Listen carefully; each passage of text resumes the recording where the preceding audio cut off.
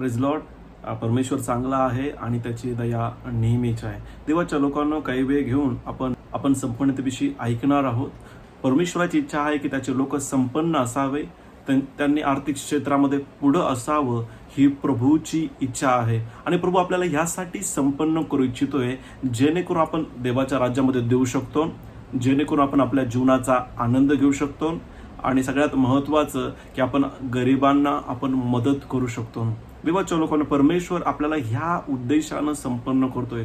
संपन्नचा उद्देश हा नाही आहे की आपण सगळं खाऊन टाकावं, आणि संपन्नचा उद्देश हा आहे जेणेकरून आपण प्रभूच्या राज्यामध्ये देतो, आपण आपल्या जीवनाचा आनंद घेऊ शकतो आणि गरिबांना आपल्या कॅपॅसिटीनुसार आपण मदत करू शकतो. पण जर आपण आर्थिक क्षेत्रामध्ये जर संघर्षामध्ये असतो किंवा आर्थिक क्षेत्रामध्ये जर आपण प्रॉब्लेममध्ये असतो तर मध्ये आपण देवाच्या राज्यामध्ये पण देऊ शकणार नाही, आपण आपल्या जीवनाचा आनंद पण घेऊ शकणार नाही आणि गरिबांना पण देऊ शकणार नाही. म्हणून प्रभू ह्यासाठी आपल्याला संपन्न करू इच्छितोय जेणेकरून आपण दुसऱ्यांसाठी आशीर्वादाचं कारण बनावं, जेणेकरून आपण देवाच्या राज्यामध्ये देणारं असावं, जेणेकरून आपण आपल्या जीवनाचा आनंद घेतो आणि सगळ्यात महत्त्वाचं की आपण गरिबांना मदत करू शकतो. आणि काही सेशन्स घेऊन आपण संपन्नतेविषयी शिकणार आहोत. आणि मी विश्वास करतो सो तुम्ही या टीचिंग ऐकता, गांभीर्याने या टीचिंग वर मनन करता, यामध्ये वेळ घालवता, तुम्ही आर्थिक क्षेत्रामध्ये संपन्न व्हाल.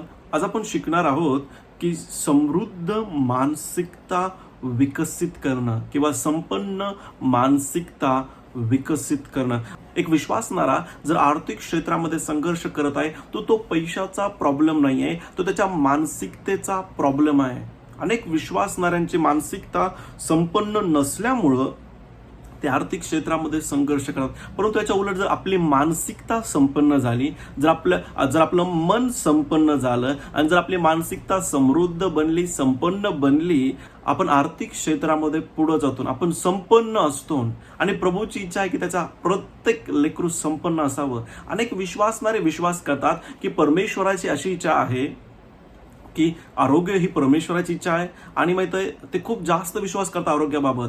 पण ज्यावेळेस संपन्नतेबाबत येते, आर्थिक क्षेत्राबाबत येते, त्यांना असं वाटतं की प्रभू करू शकत नाही. परमेश्वराच्या लोकांनो, ज्या परमेश्वर आपण विश्वास केलाय तो आकाश आणि पृथ्वीचा निर्माण करता परमेश्वर आहे. तो सर्व सामर्थ्य परमेश्वर आहे. तो आपल्या गरजा पूर्ण करण्यास समर्थ आहे. आणि जर आपण आपल्या मनाचं नवीकरण करतो या टीचिंग घेऊन, आपली मानसिकता जर आपण बदलवतो, आपल्या मनाला जर आपण संपन्न बनवतो, तर आपण आर्थिक क्षेत्रामध्ये पुढे असतो, आपण संपन्न असतो आणि आपण दुसऱ्यांसाठी आशीर्वादाचं कारण असतो. आणि आजच्या टीचिंगला सुरुवात करण्यापूर्वी मी तुम्हाला सांगत माहित आहे की जर तुम्ही तुमच्या मनाला संपन्न बनवता किंवा पैशाला बघण्याबाबतची आपली जी मानसिकता आहे जर ते बदलवता तर तुम्ही संपन्न व्हाल. अनेक विश्वासधारांनी माहिती आहे का की त्यांनी पैशाला प्रभूच्या वरती ठेवलंय, प्रभूच्या वरती ठेवलंय. आणि प्रॉब्लेम असा आहे माहिती आहे का, त्यांना असं वाटतं माहिती आहे का की परमेश्वर आरोग्य देऊ शकतो पण गरजा पूर्ण करू शकत नाही. जर या टीचिंग तुम्ही ऐकता, माहिती आहे तुम्हाला वचनातून आर्थिक क्षेत्राबाबत परमेश्वराची काय इच्छा आहे तुम्हाला समजण्यास सुरू होईल. आजच्या टॉपिकचं नाव आहे संपन्न मानसिकता विकसित करणं. आजच्या टॉपिकचं नाव आहे संपन्न मानसिकता विकसित करणं. जर आपण आपली मानसिकता बदलवतो, आपली विचार करण्याची पद्धत पैशाबाबत जर बदलवतो तर आपण देवाच्या राज्यामध्ये संपन्न होतो.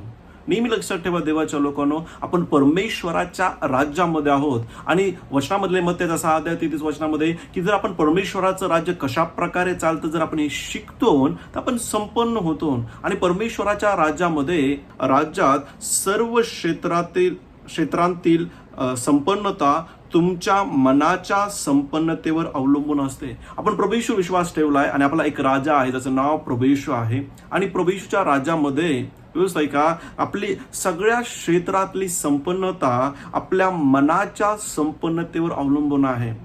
जर तुम्हाला आर्थिक क्षेत्रामध्ये पुढे जायचंय, जर तुम्हाला वैवाहिक जीवनामध्ये संपन्न व्हायचंय, तुमच्या जीवनातले वेगवेगळ्या क्षेत्रामध्ये जर तुम्हाला संपन्न व्हायचंय तर त्यासाठी फर्स्ट आणि पहिली गोष्ट गरजेची आहे की आपल्या मनाला संपन्न बनवणं खूप गरजेचं आहे. मी पुन्हा सांगेन माहिती का, जर तुम्ही प्रभूवर विश्वास ठेवून जीवन जगणारे विश्वासणारे असाल आणि तुम्ही आर्थिक क्षेत्रामध्ये संघर्ष करत असाल किंवा प्रॉब्लेममध्ये असाल, ही परमेश्वराची अजिबात तुमच्यासाठी इच्छा नाही आहे. परमेश्वर त्याच्या लोकांच्या संपन्नतेमध्ये खुश होतो, ज्यावेळेस आपण प्रगती करतो, ज्यावेळेस आपण उन्नती करतो, परमेश्वर त्याच्याने प्रसन्न होतो. आणि जर तुम्ही ईश्वर विश्वास ठेवला असेल आणि तुम्ही आर्थिक क्षेत्रामध्ये समस्येमध्ये असाल, तर तो पैशाचा प्रॉब्लेम नाही आहे, तो तुमच्या मानसिकतेचा प्रॉब्लेम आहे, तुमच्या विचार करण्याच्या पद्धतीचा तो प्रॉब्लेम आहे. जर तुम्ही तुमची मानसिकता बदलवता, कारण परमेश्वराच्या राज्यामध्ये सर्व क्षेत्रातली संपन्नता तुमच्या मनाच्या संपन्नतेवर अवलंबून असते. व्यवसाय का एक व्यक्ती जर तो प्रभू ईश्वर विश्वास करत आहे आणि जर त्याची मानसिकता गरिबीची असेल, जर त्याची मानसिकता कमतरतेची असेल किंवा माहित आहे त्याची मानसिकता वचन आधारित नसेल, तो आर्थिक क्षेत्रामध्ये संघर्ष करण. परंतु या टीचिंगद्वारे मी विश्वास करतो तुमची मानसिकता बदलन.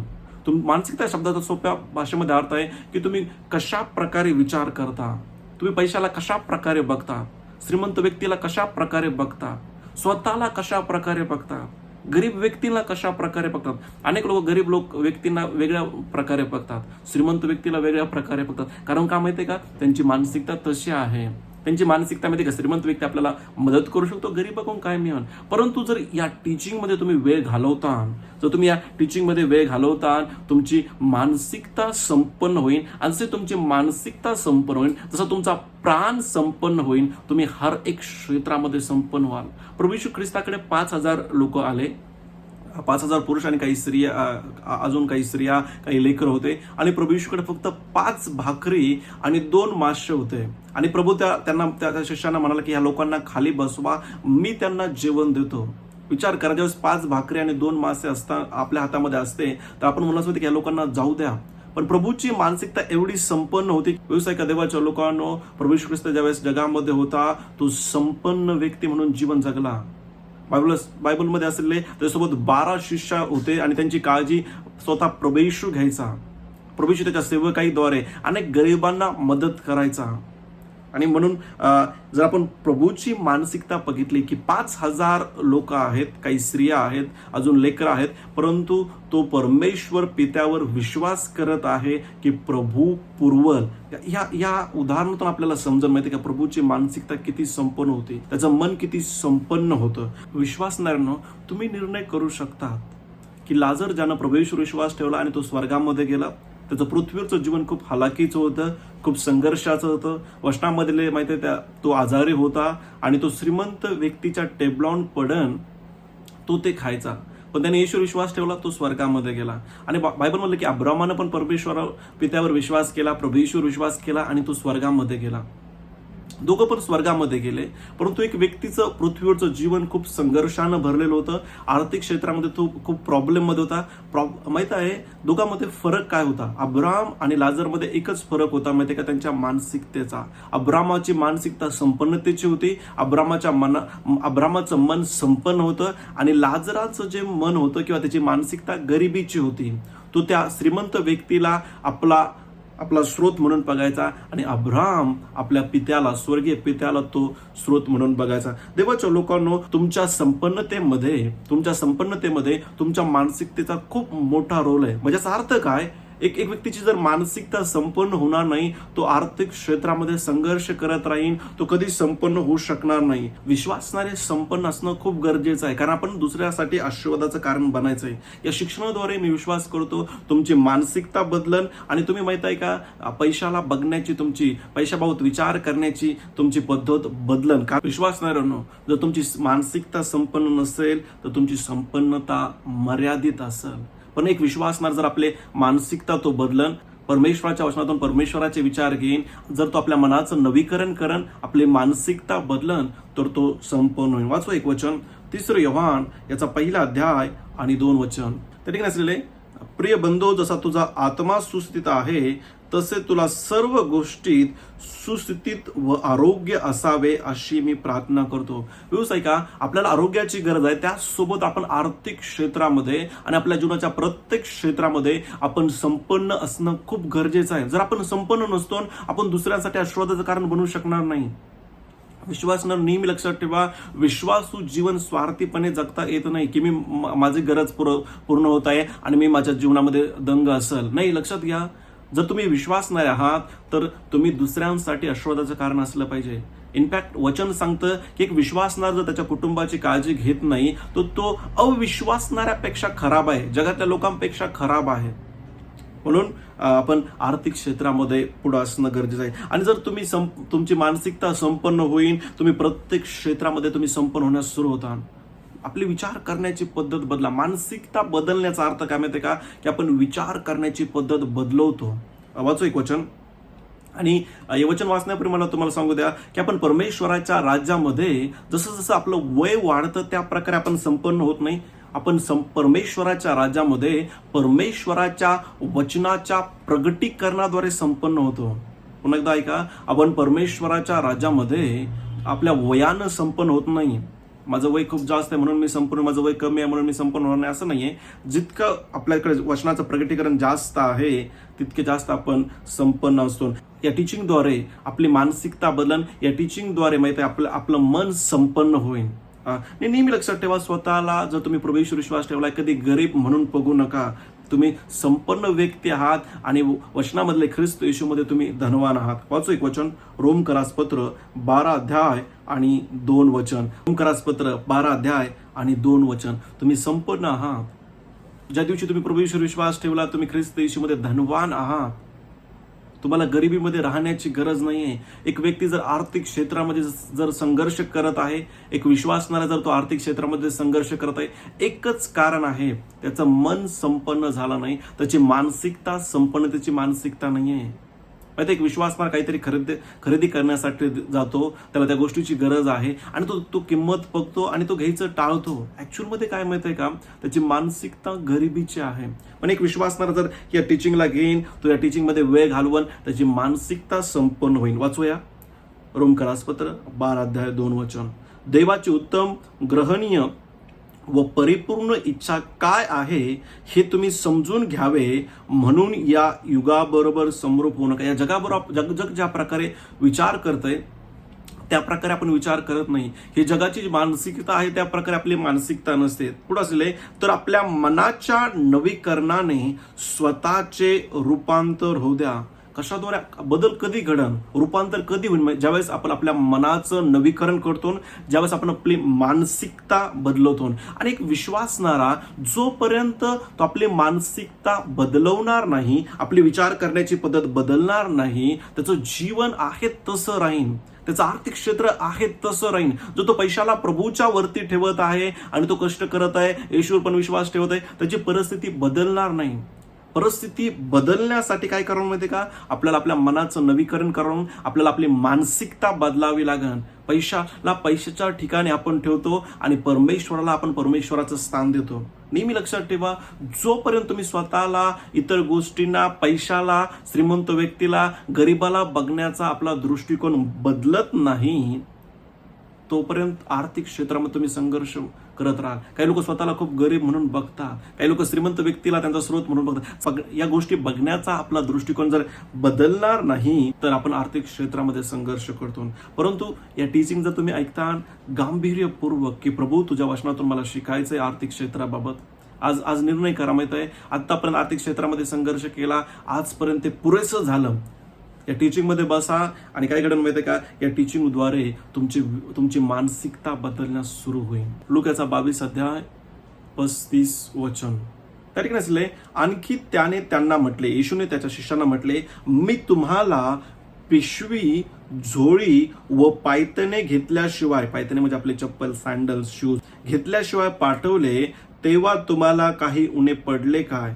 ते म्हणाले नाही. हे वचन खूप पॉवरफुल आहे संपन्नतेसाठी.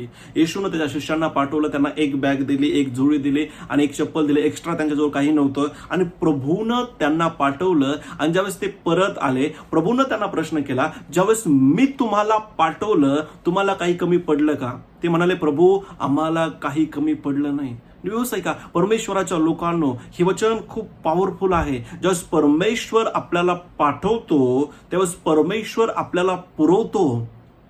ज्यावेळेस आपल्याला परमेश्वर पाठवतो त्यावेळेस आपल्याला परमेश्वर पुरवतो. आणि आपला परमेश्वर यावे इरे जो पुढचं पाहतो आणि पुरवठा करतो.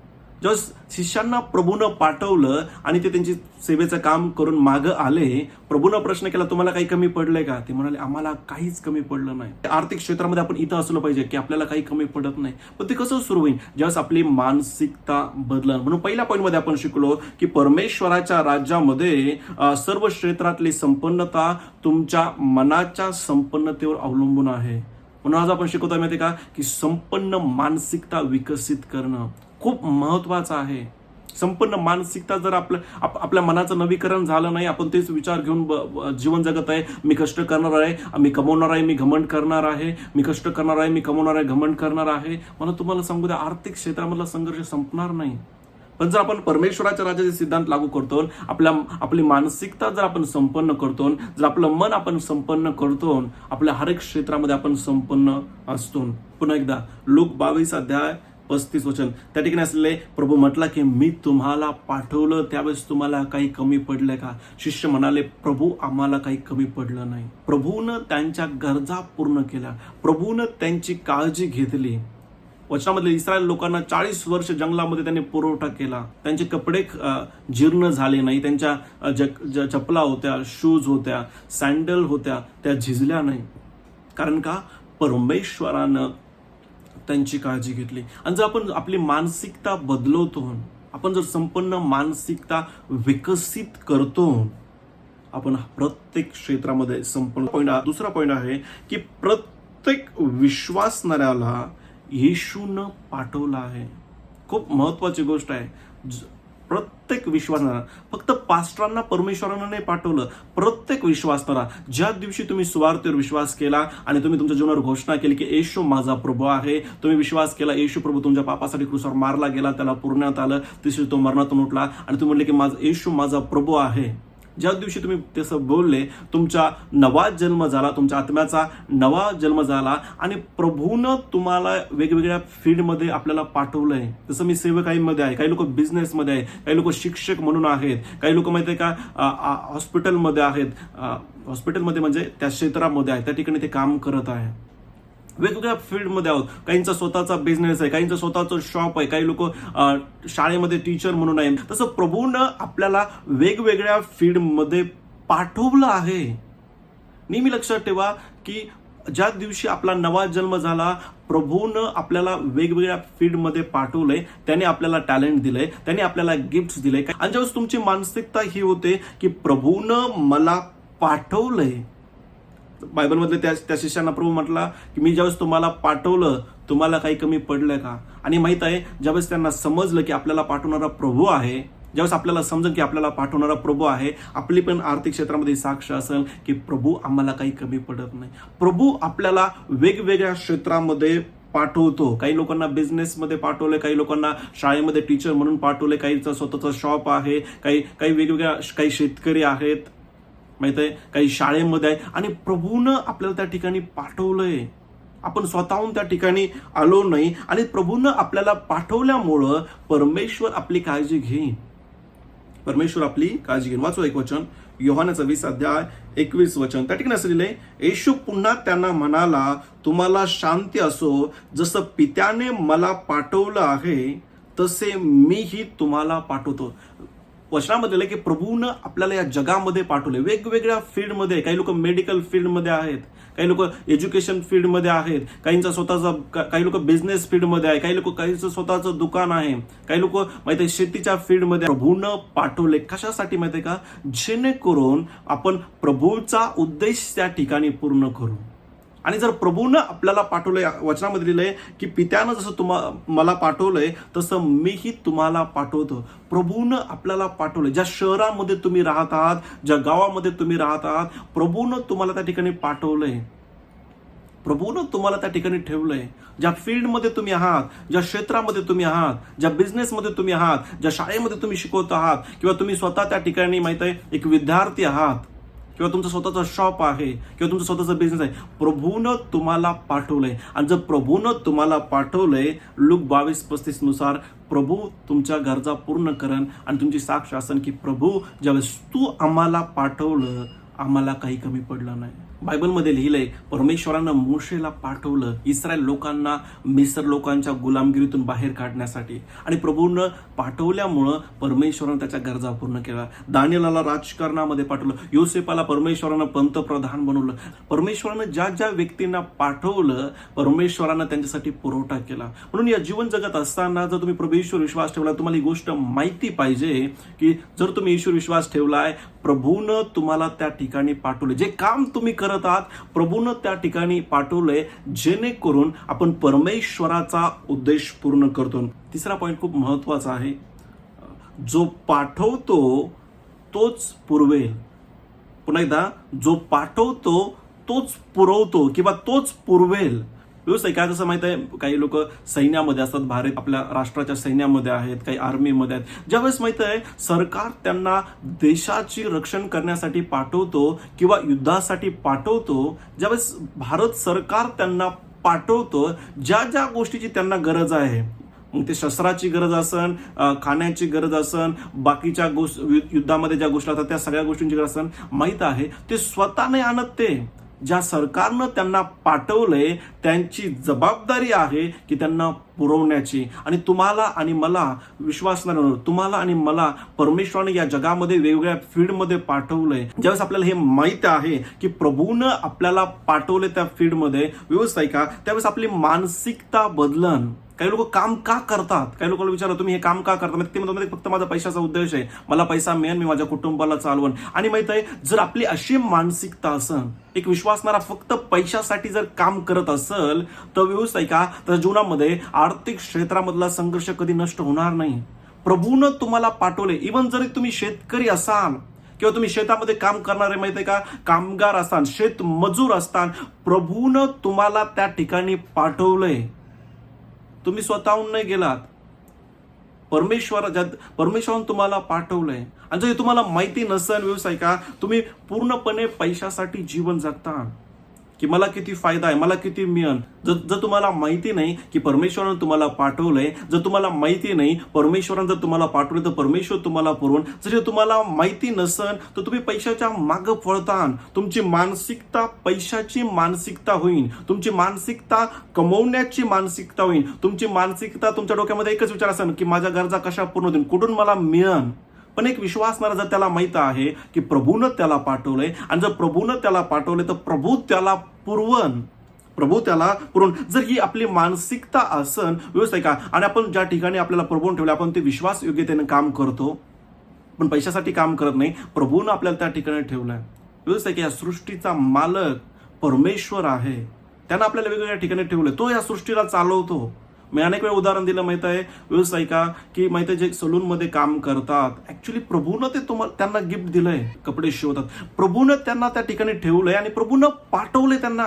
माहिती आहे शेतकरी जर शेतामध्ये काम करणार नाही, लोकांना खायला कसं मिळणार. प्रभूनं आपल्याला त्या ठिकाणी ठेवलंय. आणि जर ज्यावेळेस आपल्याला माहित आहे की प्रभूनं आपल्याला त्या ठिकाणी ठेवलंय, आणि अजून आपल्याला माहित आहे तिसरा पॉईंट, की जो पाठवतो तो पुरवतो. इव्हन तुम्ही शेतामध्ये जरी काम करत असाल, तुम्ही शेतकरी असाल, व्यवस्थित का, प्रभूनं तुम्हाला त्या ठिकाणी पाठवलंय. आणि जर प्रभूनं तुम्हाला त्या ठिकाणी पाठवलंय, प्रभू तुम्हाला पुरवण. आणि जर हे ज्ञान तुम्हाला असेल, व्यवस्थित का, जर तुम्ही ड्रायव्हर असाल, प्रभूनं तुम्हाला त्या ठिकाणी पाठवलंय.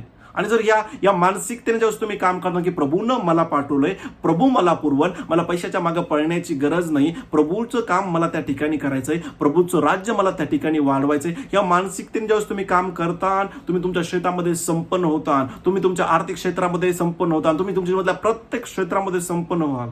पण जर तुम्हाला हे माहिती नाहीये, तर तुमची मानसिकता फक्त कमवण्याची असेल, तुम्ही फक्त पैशाच्या मागं पळता, ज्या ठिकाणी तुमचा फायदा आहे पैशाचा, तुम्ही तिथं असाल, ज्या ठिकाणी तुम्हाला पैशाचा फायदा नाही, तुम्ही ते काम करणार नाही. जर एक विश्वासाला माहित आहे की प्रभूनं त्याला पाठवलंय आणि प्रभू पुरवणार आहे, मालक पुरवणार नाहीये, प्रभू पुरवणार आहे, हे जर त्याला माहिती आहे, आणि जर तो विश्वास योग्य त्या ठिकाणी काम करन आणि प्रभूनं ज्या उद्देशानं ठेवलंय त्या ठिकाणी जर तो पूर्ण करन, त्या ठिकाणी तो देवाचं राज्य वाढवून, त्या ठिकाणी तो सुवार्तेचा प्रभूशी लोकांना सांगल, तर परमेश्वर पुरवत राहील. व्यवसाय का, आपण काम यासाठी नाही करत की आपल्याकडे पैसा येईल. आणि जर तुम्ही तसे विश्वास नाही असाल, आज आपल्या मनाचं नवीकरण करा, आपले विचार बदला, आपली मानसिकता बदला. प्रभूनं आपल्याला त्या ठिकाणी पाठवलंय आणि प्रभू पुरवल. कोण पुरवल? प्रभू पुरवल. कोण पुरवठा करण? प्रभू करण. का प्रभू पुरवल माहिती आहे का? कारण परमेश्वराच्या राज्यामध्ये ह्या प्रकारे आहे की जो पाठवतो तोच पुरवतो. प्रभू पुरवण. आणि ज्या दिवशी तुमचा नवा जन्म झाला, प्रभूनं तुम्हाला आणि मला घेतलं आणि वेगवेगळ्या फील्डमध्ये पाठवलं. जसं मला प्रभूने सेवकाईमध्ये पाठवलं, काही लोकांना शेतकरी बनवण्यासाठी पाठवलं, काहींना इंजिनियर बनवण्यासाठी पाठवलं, काहींना टीचर बनण्यासाठी, काहींना बिझनेसमध्ये, काहींना स्वतःचं शॉप चालवण्यासाठी, काहींना स्वतःचा व्यवसाय करण्यासाठी प्रभूनं पाठवलंय. आणि जर प्रभूनं तुम्हाला त्या व्यवसायामध्ये ठेवलंय, प्रभू पुरवण. वाचूया परत एकदा लूक 22 अध्याय 35 वचन. आणखी त्याने म्हणजे येशूने त्यांना म्हटले, मी तुम्हाला पिशवी, झोळी व पायतणे घेतल्याशिवाय पाठवले, तेव्हा तुम्हाला काही कमी किंवा काही उणे पडले का?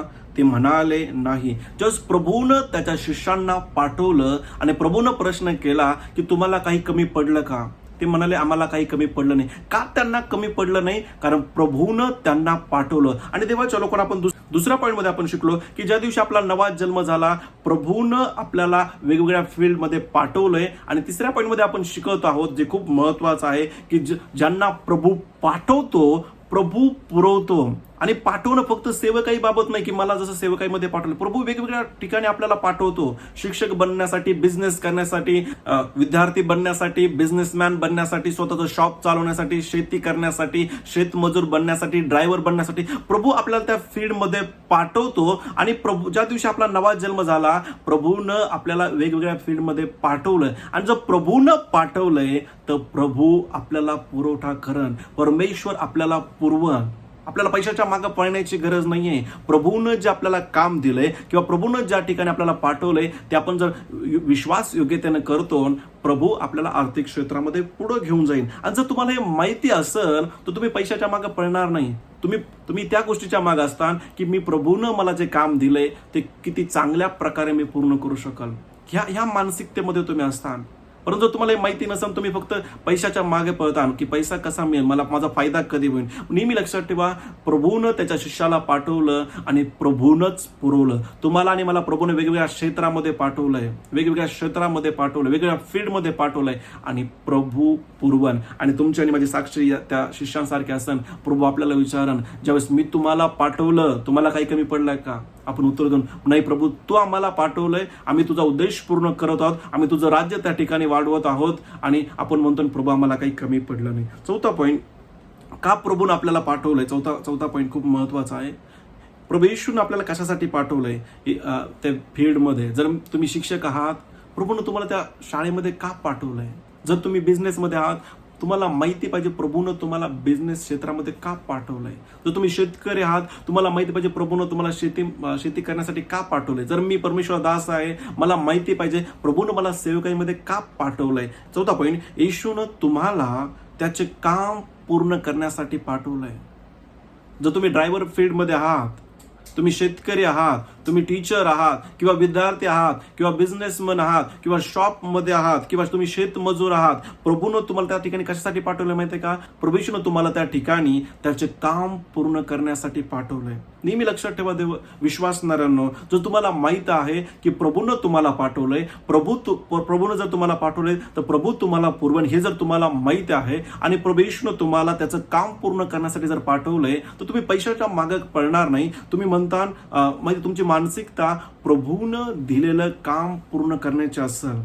आणि जर तुम्ही पुरवठ्याच्या मागे पळत आहात की माझा पुरवठा कसा पूर्ण, माझ्या गरजा कशा पूर्ण होईल, तुमच्या जीवनातला संघर्ष नष्ट होणार नाही. जर एक विश्वासणाऱ्याला माहिती झालं की त्याची सगळ्या क्षेत्रातली संपन्नता त्याच्या मनाच्या संपन्नतेवर अवलंबून आहे, त्याच्या मानसिकतेवर अवलंबून आहे, आणि तो काय करेल माहिती आहे, टीचिंग घेईन आणि त्याला समजून माहित आहे, तो या टीचिंगमध्ये वेळ घालवून आणि त्याला समजून की प्रभूनं त्याला पाठवले त्या क्षेत्रामध्ये, आणि त्याला समजून की प्रभू जर पाठवतो तो प्रभू पुरवतो. आणि त्याला अजून समजून चौथ्या पॉईंटद्वारे की येशू प्रभूनं त्याला प्रभूचं काम पूर्ण करण्यासाठी पाठवलंय माहित आहे. आणि तो काम करण्यामध्ये प्रभूनं दिलेल्या उद्देशासाठी तो ज्यावेळेस जीवन जगतो, ते काम तो प्रभूसाठी करतो, त्यावेळेस तो संपन्न होतो. विश्वासणाऱ्यांनो, तुमचा पुरवठा परमेश्वरानं तुम्हाला दिलेल्या कामामध्ये आहे. तुम्ही बिझनेसमध्ये असाल किंवा एखाद्या शॉपमध्ये तुम्ही काम करत आहात, तुमचा पुरवठा किंवा तुमचा प्रमोशन कसं होईल माहित आहे? ज्यावेळेस तुम्ही ते काम पैशासाठी करत नाही, प्रभूनं दिलेलं जे काम आहे, प्रभूचा उद्देश त्या ठिकाणी पूर्ण करण्यासाठी तुम्ही जीवन जगतात, त्यावेळेस तुम्ही संपन्न व्हाल. आपण पैशासाठी जीवन जगत नाही. विश्वासाने जर आपण एखादं काम करत आहोत, एखाद्या फील्डमध्ये आपण आहोत, तर आपली मानसिकता असे असलं पाहिजे की प्रभूनं मला या ठिकाणी पाठवलंय एका विशिष्ट उद्देशानं, आणि प्रभूचा एक विशिष्ट उद्देश आहे, मी तो पूर्ण करण्यासाठी या ठिकाणी आहे. आणि ज्यावेळेस तुम्ही ते काम या मानसिकतेनं करतात की प्रभूनं मला या ठिकाणी पाठवलंय, मला प्रभूचा उद्देश या ठिकाणी पूर्ण करायचा आहे, तुम्ही त्या ठिकाणी संपन्न होण्यास सुरू होतात. वाचू एक वचन, 1 पेत्र 2:9. आपण 4 पॉईंटमध्ये शिकत आहोत की येशूनं तुम्हाला आणि मला त्याचे काम पूर्ण करण्यासाठी पाठवले. काय प्रभूचं काम?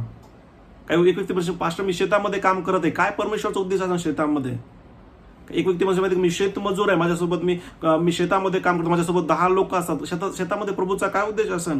एक व्यक्ती म्हणू शकतो मी कंपनीमध्ये काम करत आहे, या ठिकाणी परमेश्वराचा काय उद्देश असेल, किंवा प्रभूनं मला काय काम दिलं या ठिकाणी? वाचो एक वचन, 1 पेत्र 2:9. त्या ठिकाणी असलंय, पण तुम्ही तर निवडलेला वंश, राजकीय याजकगण, पवित्र राष्ट्र, देवाचे स्वतःचे लोक असे आहात. मी माझ्या टीचिंगमध्ये अनेक वेळा म्हणतो परमेश्वराच्या लोकांवर, ह्या वर्षांना आधारित मी बोलतो.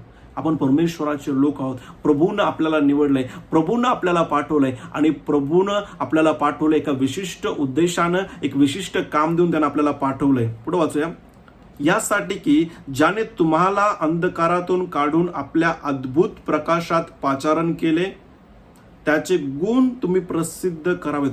4 पॉईंटमध्ये आपण शिकवत आहोत, येशूनं आपल्याला पाठवलंय त्याचं काम पूर्ण करण्यासाठी. काय प्रभूचं काम? का प्रभूनं आपल्याला त्या ठिकाणी एक वेगवेगळ्या फील्डमध्ये ठेवलं माहिती का? ह्यासाठी की त्या फील्डमध्ये ज्या लोकांसोबत आपण काम करत आहोत त्या ठिकाणी आपण प्रभूचे गुण प्रसिद्ध करावेत. कदाचित तुम्ही माहिती शेतकरी असाल, बिझनेसमॅन असाल, तुम्ही माहित आहे स्वतःचं सलूनचं दुकान असेल, कदाचित तुम्ही माहित आहे शिक्षक असाल, किंवा एक विद्यार्थी असाल, किंवा तुम्ही शेतामध्ये काम करणारे असाल, किंवा वेगवेगळ्या फील्डमध्ये असाल. का प्रभूनं तुम्हाला त्या ठिकाणी पाठवले माहिती आहे का? कारण त्या ठिकाणी तुम्ही असं जीवन जगावं, प्रभूवर विश्वास ठेवून जीवन जगावं. प्रभूचा जो उद्देश आहे, काय प्रभूनं आपल्याला दिलेलं काम, काय प्रभूचा उद्देश, की त्या ठिकाणी आपण प्रभूचे गुण प्रसिद्ध करावे. का प्रभूनं आपल्याला त्या फील्डमध्ये ठेवले माहिती आहे का? ज्या ठिकाणी तुम्ही आहात, प्रभूनं तुम्हाला त्या ठिकाणी का ठेवलंय, काय काम दिलंय प्रभूनं तुम्हाला त्या ठिकाणी माहिती आहे का? तुम्ही त्या ठिकाणी पैसा कमवण्यासाठी नाहीये, तुम्ही त्या ठिकाणी काम करतात, विश्वासयोग्यतेनं काम करतात, आणि त्याच्यासोबत तुम्ही प्रभूचे गुण प्रसिद्ध करतात. त्या ठिकाणी तुम्ही देवाचं राज्य प्रगट करतात. आणि देवाचं राज्य कशाद्वारे प्रगट करतात माहिती आहे का? तुम्ही तुमच्या जीवनाद्वारे तुम्ही ते दाखवतात. ही आपली बुलाहट आहे, ही आपलं पाचारण आहे. प्रभूनं यासाठी आपल्याला बोलवलंय आणि यासाठी आपल्याला त्या ठिकाणी त्या फील्डमध्ये ठेवलंय, जेणेकरून आपण त्या ठिकाणी प्रभूचे गुण प्रसिद्ध करावेत. आणि ज्यावेळेस एक विश्वासणारा त्या मानसिकतेनं तो काम करतो. उदाहरणार्थ माहिती आहे, एक व्यक्ती कंपनीमध्ये काम करत आहे, समजा त्याला 15,000 पगार आहे, आणि जो तो त्या ठिकाणी काम करत असताना त्याला माहित आहे की प्रभूनं त्याला त्या कंपनीमध्ये पाठवलंय. कंपनी उदाहरण म्हणून मी सांगत आहे, जर त्याला माहित आहे की प्रभूनं त्याला त्या कंपनीमध्ये पाठवलंय, आणि त्याला माहित आहे जर प्रभूनं पाठवलंय तर प्रभू पुरवण, आणि जर त्याला माहित आहे की प्रभूनं त्याला त्या ठिकाणी प्रभूचे गुण प्रगट करण्यासाठी पाठवलंय, पैसा कमवण्यासाठी नाही पाठवला, त्याचा उद्देश पैसा नाहीये, आणि ज्यावेळेस तू त्या प्रकारे करण, त्याची मानसिकता संपन्न मानसिकता बनन. माहिती आहे, प्रभूनं एका विशिष्ट उद्देशानं प्रभूचे गुण प्रसिद्ध करण्यासाठी आपल्याला त्या ठिकाणी ठेवलंय. भले तुम्ही शेतकरी असा, भले तुम्ही बिझनेसमॅन असाल, किंवा तुमचं स्वतःचं शॉप आहे, किंवा तुम्ही कंपनीमध्ये असाल, किंवा तुम्ही शिक्षक असाल, किंवा तुम्ही विद्यार्थी असाल, प्रभूनं तुम्हाला त्या ठिकाणी का पाठवलंय? इव्हन तुम्ही माहिती आहे लहान लेकर असताना शाळेमध्ये जाणार आहे, प्रभूनं तुम्हाला त्या शाळेमध्ये का पाठवलंय? ऑफकोर्स त्यानं आपल्याला शिकण्यासाठी पाठवलंय, त्यासोबत प्रभूचे गुण त्या ठिकाणी प्रसिद्ध करण्यासाठी आपल्याला त्या ठिकाणी पाठवलंय. आणि ज्यावेळेस आपल्याला हे माहिती आहे, ज्यावेळेस आपल्याला हे माहित आहे आणि आपण त्या प्रकारे माहिती त्या ठिकाणी आपण विश्वासयोग्यतेनं काम करतो, माहित आहे प्रभू आपल्याला संपन्न करतो. विश्वास म्हणून आजच्या टीचिंगमध्ये पहिल्या भागामध्ये आपण शिकवतो आहोत, आपण का काम करतो? आपण पैसा कमवण्यासाठी काम करत नाही. प्रभूनं आपल्याला त्या ठिकाणी पाठवलंय, प्रभू आपल्यासाठी पुरवठा करण, प्रभू आपल्या घराला चालवण, आणि आपण त्या ठिकाणी प्रभूनं यासाठी पाठवलंय, येशूनं आपल्याला त्या ठिकाणी यासाठी पाठवलंय की त्याचा एक विशिष्ट उद्देश आहे. काय विशिष्ट उद्देश? त्या ठिकाणी आपण प्रभू येशूचे गुण प्रसिद्ध करावेत. की अनेक लोकांना माहिती त्यांना जॉब मिळाला, अनेक लोकांना काम मिळालं, आणि माहिती ते काम यासाठी करत आहे, तो जॉब यासाठी करत आहे, तो बिझनेस यासाठी करत आहे, माहिती का? फक्त पैशासाठी. आणि माहिती ते विसरून गेले परमेश्वराचा उद्देश, आणि ते पुरवठ्याच्या मागं पळत आहे. एवढा मोठा त्यांचा पगार आहे, पण आर्थिक क्षेत्रामध्ये संघर्ष आहे तसाच आहे.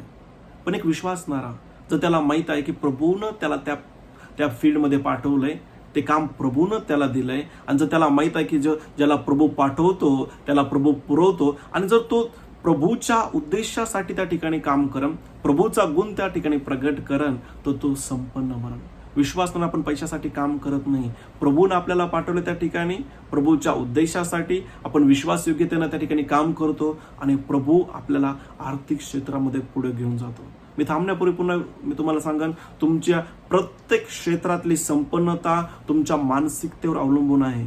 जे काम तुम्ही करत आहात, ज्या फील्डमध्ये तुम्ही आहात, जर तुम्ही ह्या मानसिकतेने करत आहात की मला पैसा मिळाला बास झालं, मी तुम्हाला सांगतो आर्थिक क्षेत्रामधला संघर्ष नष्ट होणार नाही. एक बुद्धिमान व्यक्ती काय करेल माहिती आहे का? त्याला माहिती असेल की माझ्या जीवनातल्या प्रत्येक क्षेत्रातली संपन्नता माझ्या मनाच्या संपन्नतेवर अवलंबून आहे. तो निर्णय करेल की प्रभूनं मला या ठिकाणी पाठवलंय आणि प्रभू मला पुरवन, आणि त्याला माहित आहे की प्रभूने त्या ठिकाणी त्याला यासाठी पाठवलंय की प्रभूचे गुण दाखवण्यासाठी, प्रभूचं चरित्र दाखवण्यासाठी. म्हणून विश्वासणाऱ्यांनो, एक विश्वासणारा या नात्यानं आपण पैशाच्या मागं पळत नाही, आपण परमेश्वराच्या उद्दिष्टाच्या मागं पळतो, आणि ज्या ठिकाणी प्रभूने आपल्याला ठेवलंय त्या ठिकाणी आपण विश्वासयोग्यतेनं काम करतो. आपण अशा मानसिकतेनं काम करतो की प्रभूनं मला पाठवलंय आणि परमेश्वर पुरवन, आणि तुम्ही त्या ठिकाणी परमेश्वराच्या उद्दिष्टासाठी, परमेश्वराचे गुण प्रसिद्ध करण्यासाठी तुम्ही ते काम करतात, आणि आर्थिक क्षेत्रामध्ये तुम्ही पुढे जा. परमेश्वर या वचनाद्वारे तुमची मानसिकता बदलो. परमेश्वर या वचनाद्वारे तुमचे काम करण्याचा उद्देश बदलो. परमेश्वर या टीचिंगद्वारे माहिती आहे तुमची मानसिकता अशी बनव की प्रभूनं मला या ठिकाणी पाठवलंय आणि प्रभू पुरवल. मी फक्त प्रभूचा उद्देश पूर्ण करत राहीन. जी जबाबदारी माझी आहे, जी कंपनीमध्ये माझं काम आहे, जे शेतीमध्ये माझं काम आहे, मी ते करत राहीन, आणि मी प्रभूचा गुण या ठिकाणी प्रसिद्ध करान. आणि जर तुम्ही तसं करता, आर्थिक क्षेत्रामध्ये तुम्ही खूप पुढे असाल. परमेश्वर तुम्हाला या वचनाद्वारे आशीर्वादित करो. God bless you all.